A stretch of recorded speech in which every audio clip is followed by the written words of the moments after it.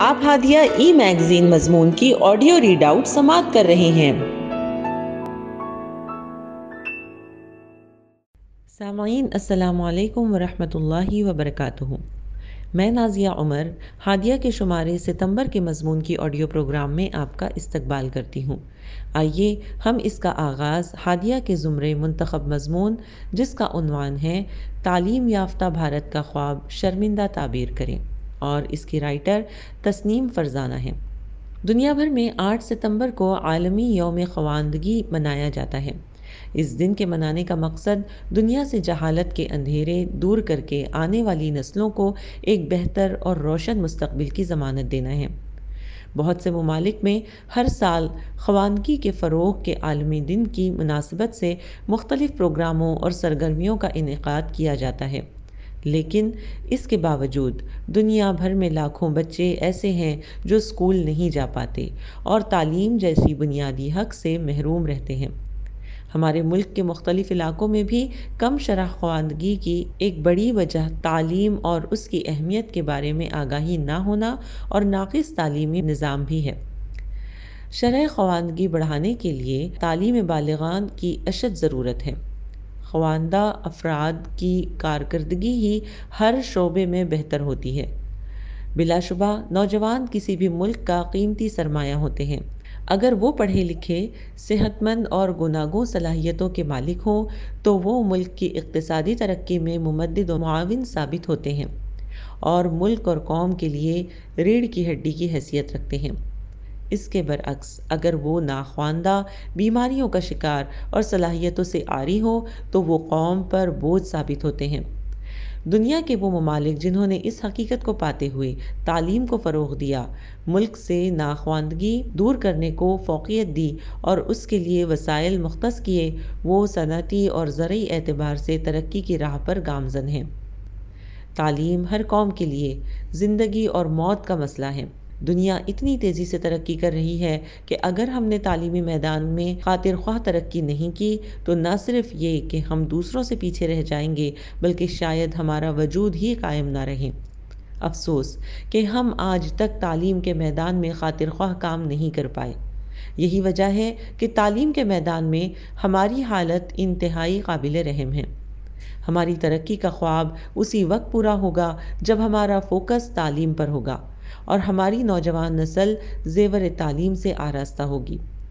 اس وقت زمینی حقائق یہ ہیں کہ ملک میں اسکول داخلہ نہ کروائے جانے والے بچوں کی شرح بہت زیادہ ہے۔ ڈراپ آؤٹ کا مسئلہ بھی بڑھا ہوا ہے۔ ان بچوں کو اسکول میں لانا ایک بہت بڑا چیلنج ہے۔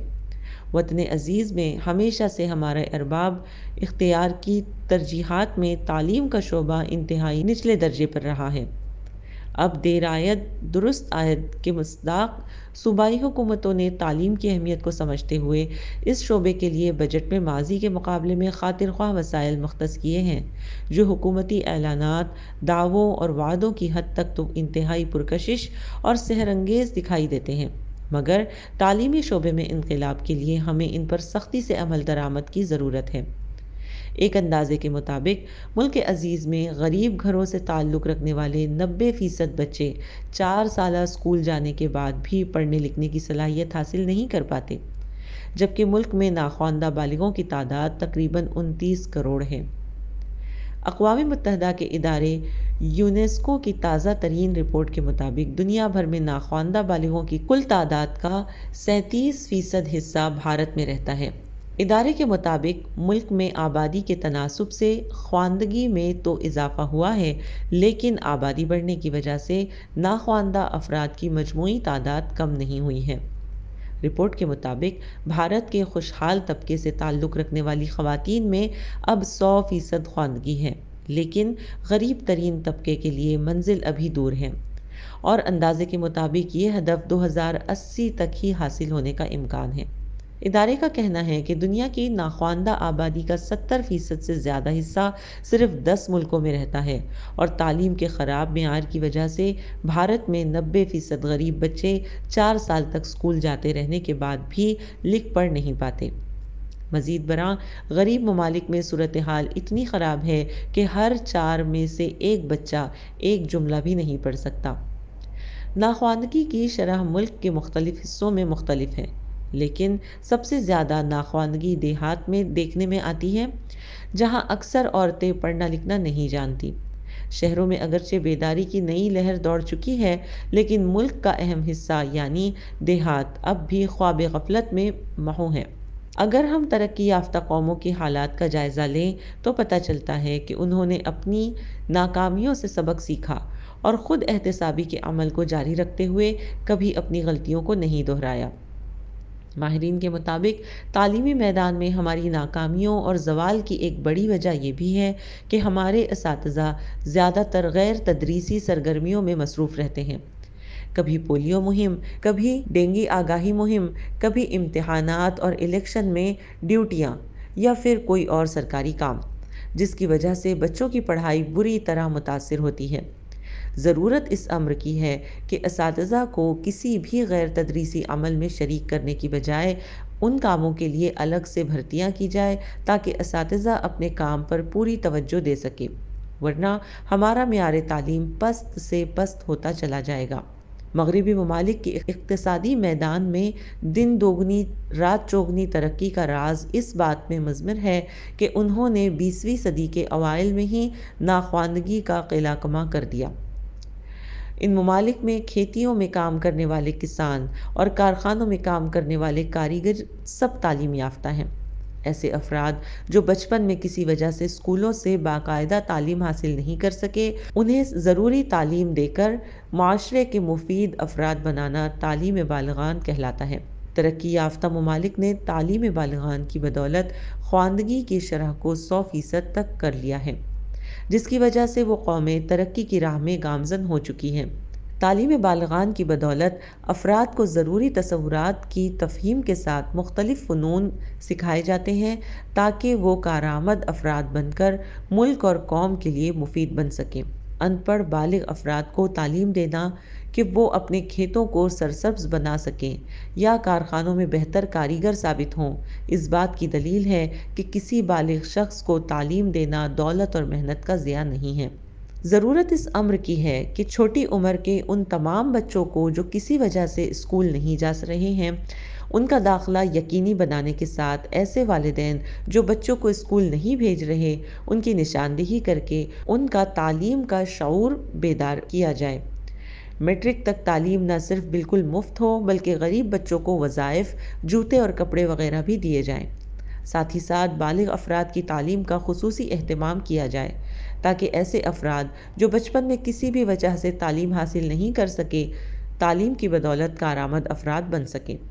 ماضی میں ہم نے تعلیم بالغان کی طرف کچھ خاص توجہ نہیں دی، اگرچہ اس کے لیے سفارشات تو بہت پیش کی گئی، لیکن ان سفارشات کو عملی جامہ نہیں پہنایا۔ یہی وجہ ہے کہ ہمارے ملک میں خواندگی کی شرح کم ہی رہی۔ تعلیم بالغاں کے لیے جامع اور مکمل درسی مواد وسیع پیمانے پر ترتیب دینا اور تیار کرنا ضروری ہے۔ تعلیم بالغاں معاشرتی استحکام پیدا کرنے اور سیاسی شعور بیدار کرنے میں نمایاں کردار ادا کر سکتی ہے اور ملک کے ان پڑھ باشندوں کو اس قابل بنا سکتی ہے کہ وہ پورے وثوق کے ساتھ اپنی شہری ذمہ داریوں سے نبرد آزما ہو سکیں۔ حکومت کو چاہیے کہ ہر شہر اور دیہات میں خواندگی کے لیے جامع منصوبہ بندی کرے۔ ملک کے تمام مدارس، فیکٹریوں، زرعی فارموں، یونین کونسلوں اور دیگر معاشرتی اداروں میں تعلیم بالغان کے مراکز کھولے جائیں اور روایتی طریقہ تدریس کے ساتھ ساتھ جدید رجحانات سے بھی استفادہ کیا جائے، جیسے ٹی وی، ریڈیو، نمائش، سیمینار، چارٹ، ماڈل اور پوسٹرز وغیرہ۔ تعلیم بالغان کے ان مراکز کے لیے ضروری ہے کہ اساتذہ کی سلیکشن کی جائے اور انہیں ابتدائی تربیت دی جائے۔ تعلیم بالغاں کے پروگرام میں فیکٹریوں کے مزدوروں، دیہاتی علاقوں کے کسانوں، کاریگروں اور دیگر بالغ افراد جنہوں نے اسکولوں میں تعلیم حاصل نہیں کی شامل کیا جائے تاکہ وہ کامیاب زندگی گزارنے کے قابل ہو سکیں۔ خاص طور پر خواتین کو تعلیم سے آراستہ کرنا از حد ضروری ہے تاکہ وہ بہتر انداز میں گھریلو زندگی گزار سکیں۔ تعلیم بالغاں کے فروغ کے دوران کچھ مسائل درپیش آ سکتے ہیں، کیونکہ بالغ افراد کو تعلیم حاصل کرنے پر آمادہ کرنا مشکل امر ہے۔ اکثر افراد کا پہلا اعتراض یہی ہوگا کہ ہماری پڑھنے کی عمر اب کہاں رہی، ہمارے اوپر ذمہ داریاں بہت ہے، وغیرہ وغیرہ۔ ترقی یافتہ ممالک میں بچے کے گھر اور اسکول کی زبان ایک ہی ہوتی ہے۔ وہ جو زبان اپنے دوستوں، پڑوسیوں اور رشتہ داروں سے بولتا ہے، اسی زبان میں اسکول میں لکھتا، پڑھتا اور سیکھتا ہے۔ یہ طرز عمل اسے آگے بڑھنے اور خود اعتمادی حاصل کرنے میں مدد دیتا ہے۔ وہ بنا ہچکچاہٹ اپنی زبان میں اپنی رائے کا اظہار کرتا ہے۔ وہ پیشہ ورانہ لحاظ سے بھی بہتر ہوتا ہے اور اپنے علم اور تجربے کو اپنی آئندہ نسل میں منتقل کر دیتا ہے، جبکہ دیگر ترقی پذیر ممالک میں اس کے برعکس ہوتا ہے۔ بچے کو مادری زبان کی بجائے انگریزی زبان میں پڑھانے یا سکھانے کی کوشش کی جاتی ہے۔ بہرحال، ان تمام مسائل کو بہت حد تک حل کیا جا سکتا ہے، جیسے انہیں اس بات پر قائل کیا جا سکتا ہے کہ پڑھائی کے بعد نہ صرف وہ اپنی ذمہ داریاں بطریق احسن پوری کر سکتے ہیں، بلکہ بڑھاپے یا جوانی میں کسی پر بوجھ بھی نہیں بنیں گے۔ اگر بالغوں کی تعلیم کے لیے بہتر ماحول پیدا کیا جائے اور انہیں ایسی چیزیں پڑھائی جائے جن کا ان کی زندگی کے ساتھ براہ راست واسطہ ہو، تو وہ یقیناً اس عمل میں بڑھ چڑھ کر حصہ لیں گے۔ جس طرح حکومت نے سرکاری اسکولوں میں کتابیں اور کاپیاں مفت فراہم کرنے کا بیڑا اٹھایا ہے، اسی طرح حکومت کو تعلیم بالغاں کے لیے بھی ایسے اقدامات کرنے کی ضرورت ہے، کیونکہ بہت سے لوگ صرف اس لیے تعلیم حاصل نہیں کرتے کہ گھر کا گزر بسر کیسے ہو۔ لہٰذا مفت کتابیں، کاپیاں اور تعلیم ان کی اس مشکل کو نہ صرف کم کر سکتی ہے بلکہ کافی حد تک ختم بھی کر سکتی ہے۔ تعلیم بالغاں سے مراد صرف ناخواندہ لوگوں کو اس حد تک خواندہ بنانا نہیں کہ وہ محض دستخط کرنا سیکھ جائیں، بلکہ اس کے ذریعے ناخواندہ لوگوں کو اور بالخصوص دیہاتی آبادی کی زندگی کے تمام پہلوؤں کا احاطہ کرنا ہے۔ مثلاً اس میں ان کی تعلیم، صحت، طرز رہائش، عام رسم اور رواج، اقتصادی اور مالی حالات کو بہتر بنانے کی کوششیں شامل ہیں۔ فجی میں 3 سے 5 سال تک بچوں پر ان کے گھروں اور کمیونٹیز میں تحقیق کی گئی۔ تحقیق کے نتائج میں کہا گیا کہ بچے مختلف میڈیا کے ذریعے اپنے گھروں اور کمیونٹیز میں جو کچھ سیکھتے ہیں اس کے ان کی خواندگی زندگی میں مثبت اثرات مرتب ہوتے ہیں۔ میلبورن انسٹی ٹیوٹ of applied economics and social research کے نتائج بھی اس سے ملتے جلتے ہیں، جس میں کہا گیا ہے کہ چھوٹے بچوں کو باقاعدگی سے گھر میں کتاب پڑھ کر سنانے کی عادت انہیں اسکول جانے پر زیادہ اچھی کارکردگی کا مظاہرہ کرنے میں اہم کردار ادا کرتی ہے۔ اگر ہم تعلیمی نقطہ نگاہ سے دنیا کے دیگر ممالک پر نظر ڈالیں تو ہمیں فن لینڈ آئیڈیل دکھائی دیتا ہے۔ اس ملک میں اساتذہ کی تعیناتی کا نظام اتنا دشوار اور مقابلے پر مبنی ہے کہ اگر 10 افراد بطور ٹیچر اپنی خدمات دینے کے لیے درخواست دیں تو ان میں سے صرف ایک ہی منتخب ہو کر تدریس کے شعبے میں داخل ہو سکتا ہے۔ ان کے انتخابات کے مرحلے میان کے تعلیمی ریکارڈز کے ساتھ ساتھ ان کی غیر نصابی سرگرمیوں اور دلچسپیوں کو بھی ملحوظ خاطر رکھا جاتا ہے۔ ان کی نہ صرف تخلیقی اور تنقیدی صلاحیتوں کو پرکھا جاتا ہے بلکہ مخصوص مدت تک ان کو ایک کلاس روم میں اپنی صلاحیتوں کا کامیابی سے اظہار بھی کرنا ہوتا ہے، تب کہیں جا کر ان کو معلم یا معلمہ کے طور پر منتخب کیا جاتا ہے۔ اس ماڈل کو سامنے رکھیں تو نہ صرف ہمارے ملک میں بلکہ کئی دیگر ممالک میں بھی تدریس کا معیار قسم پرسی کا شکار ہے۔ جب اساتذہ ہی قابل اور لائق نہیں ہوں گے تو بچوں کا کیا تعلیم دے پائیں گے؟ اور ایسے اساتذہ سے تعلیم حاصل کرنے والے بچوں کا مستقبل بھی ایک سوالیہ نشان ہوتا ہے۔ اسی لیے ضرورت اس امر کی ہے کہ اسکول نہ جانے والے بچوں کو اسکول کے اندر لانے کی پالیسی اور نئے اسکولوں کی تعمیر کے ساتھ ساتھ اساتذہ کی تربیت اور ان کے انتخاب کے حوالے سے بھی انقلابی اقدامات کیے جائیں تاکہ ملک میں خواندگی کی شرح میں تیزی سے اضافہ ہو سکے۔ گزشتہ سال ایک خوش آئند خبر یہ بھی آئی ہے کہ دہلی نے ملک میں خواندگی کی شرح میں دوسرا مقام حاصل کیا ہے۔ اس کامیابی پر نائب وزیر اعلیٰ اور وزیر تعلیم نے اپنی حکومت کی تعلیمی ٹیم کو مبارکباد دی ہے۔ اس کامیابی کے بارے میں انہوں نے اپنے سوشل میڈیا ہینڈل کے ذریعے معلومات فراہم کی۔ انہوں نے اپنے ٹویٹ میں لکھا کہ دہلی نے شرح خواندگی کے لحاظ سے ملک میں دوسرے نمبر پر جگہ بنا لی ہے۔ دہلی کی تعلیمی ٹیم کو مبارکباد۔ ہم 100% تک پہنچنے کی کوشش کرتے رہیں گے۔ تناؤ کو کم کرنا اولین ترجیح ہونی چاہیے۔ ہر گھنٹے ایک خودکشی ناقابل قبول ہے۔ تحقیق کے مطابق کیرلا کے بعد دہلی میں خواندگی کی شرح 88.7% ہے۔ اس کے بعد اتراکھنڈ 87.6%، ہماچل پردیش 86.6% اور آسام کا 85.9% ہے۔ واضح رہے کہ خواندگی کی شرح 96.2% کے ساتھ کیرلا ایک بار پھر ملک کی سب سے تعلیم یافتہ ریاست کے طور پر سامنے آیا ہے، جبکہ آندھرا پردیش 66.4% خواندگی کی شرح میں سب سے آخر مقام پر ہے۔ وہیں راجستھان خواندگی کی شرح 69.7% کے ساتھ دوسری سب سے بدترین کارکردگی کا مظاہرہ کرنے والی ریاست بن گئی ہے۔ بہار کی شرح خواندگی 70.9%، تلنگانہ میں 72.8%، اتر پردیش میں 73% اور مدھیہ پردیش میں 73.7% ہے۔ یہ معلومات NSO کے سروے کے بنیاد پر جاری کی گئی رپورٹ میں دی گئی ہے۔ آئیے ہم سب مل کر اپنی قوم اور ملک سے ناخواندگی کو دور کرنے کے لیے جدوجہد کریں اور ملک و ملت کی ترقی پر گامزن ہوں۔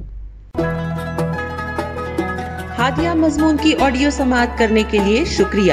امید ہے کہ آپ کو پسند آیا ہوگا۔ ہمیں آپ کے مشورے کا انتظار رہے گا۔ اپنا مشورہ، تبصرہ اور مضامین editor@hadia.in پر ارسال کریں اور ہادیہ ای میگزین کے مضامین کو پڑھنے کے لیے ویب سائٹ www.hadia.in سبسکرائب کریں۔ انشاءاللہ ہم اگلے ہادیہ ای میگزین کے شمارے سے دلچسپ مضامین کی آڈیو لے کر حاضر ہوں گے۔ تب تک کے لیے اجازت۔ اللہ حافظ۔